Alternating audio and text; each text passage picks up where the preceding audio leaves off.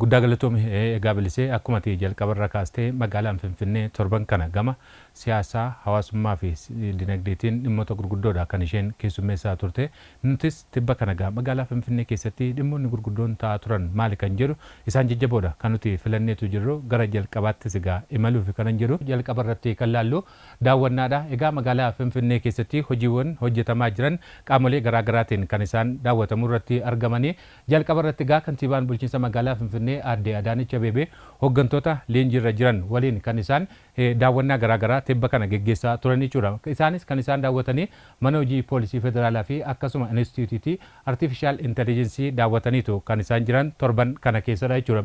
Egaa kana qofaa otoo hin taane hooggantoonni leenjiirratti hirmaataa jiran kunneeni misooma koriidarii giddugala haaromsaa fi gabbisa ogummaa dubartootaa akkasumas piroojektota gurguddoo magaalaa Finfinnee keessatti hojjetamaa jiran daawwachaadha kan isaan turan leenjii fudhataa jiraniin cinatti jechuudha. Egaa kana qofaa otoo hin taane kaayyoon daawwannaa kanaa immoo maaliif kan qophaa'e kan jedhuu fi keessumaa kanneen leenjii kana irratti hirmaataa jiran muuxannoo akka waliif qoodanii fi akkasuma immoo waan leenji'aa jiran kanneen yaadaan leenjii kana fudhataa jiran immoo qabatamaan lafarratti akka arganiif daawwannaa kana irrattis eenyutu hirmaate kan jedhuu fi hooggantoonni sadarkaa aanaa haga federaalaatti jiran as gubbaatti hirmaachuutiin muuxannoo irraa qooddatanii kan isaan jiran torban dabarsine kana keessadha jechuudha. Dhimmi lammata irratti ilaaluuf jennu keessumaa daawwannaan magaalaa Finfinnee keessatti kallattii garaagaraatiin taasifamaa jira jenneerra. Kanaan wal qabatee kantiibaan bulchiinsa magaalaa Finfinnee Aadde Adaanech Abeebee ministeera magaalotaa fi bu'uuraalee misoomaa Aadde Caaltuu Saanii wajjin tibba kana kan isaan mana hojii tokko daawwatanii jiranii. Manni hojii isaan daawwatanis keessumaa biiroo bulchiinsa lafaa magaalaa Finfinneedha kan isaan daawwatanii jiran.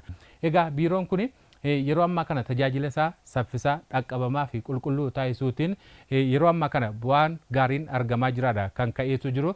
Kunis daawwannaa isaan geggeessan torban kana keessadha jechuudha. Egaa kanaan wal qabatee kantiibaan magaalaa Finfinnee Aadde Adaanech Abeebee torbanuma kana keessa kan isaan kanneen kaafamtoota misoomaa kallattii garaagaraarraa yookaan immoo bakka tokkorraa bakka tokkotti socho'anii yeroo ammaa kana jireenya haarawaa yookaan immoo mana haaraatti galaniif kan isaan daawwannaa taasisanii jiranii. Daawwannaa isaan taasisanis naannoo Galaan Gurraa fi akkasuma Boolee Arraabsaatti kanneen naannoo Kaasaanchiisirraa ka'anii bakka sana qubatan kan isaan daawwatanii jiran torban dabarsine kana keessadha jechuudha. Dhimmi lammaffaa nuyi kaasuuf jennu keessumaa magaalaan Finfinnee magaalaa teessoo dippiloomaatotaa fi ambaasaadarootaa taateeti kan isheen beekamtu.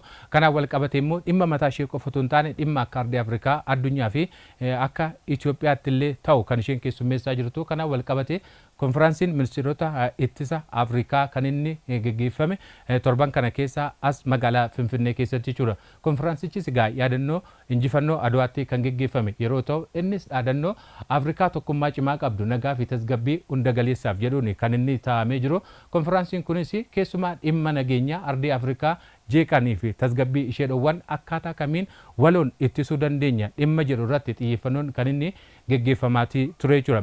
Egaa kanneen konferansii kana irratti hirmaachaa turan immoo hojiilee misoomaa garaagaraa magaalaa Finfinnee fi akkasuma immoo akka biyyaatti hojjetaman daawwachuun muuxannoo kan isaan qooddatanii jiranii. As gubbaattis immoo qaamoleen hirmaatan keessumaa ministeeronni qaamoleen nageenyaa fi attaasheewwan garaagaraa as gubbaatti hirmaataniitu kan isaan jiran. Konferaansiin kunis egaa onkoloolessa 5 hanga onkoloolessa 7tti kan inni geggeeffamaa ture jechuudha. Dhimmi kan biraan nuti ilaaluuf jennu guyyaan alaabaa yeroo 17ffaadhaaf bara kana kan inni kabajame torban kana keessadha. Guyyaan alaabaa kunis bara kana mata duree alaabaan keenya tokkummaa biyyaalessaaf birmadummaa fi ol ka'iinsa Itoophiyaatiif jedhuun kan inni kabajameetu jiru. Kunis bakka inni kabajame keessumaa yeroo ammaa kana dhaabbilee garaagaraa kan mootummaa fi miti mootummaa keessatti akkasuma iddoowwan hedduutti kan inni kabajamee ture.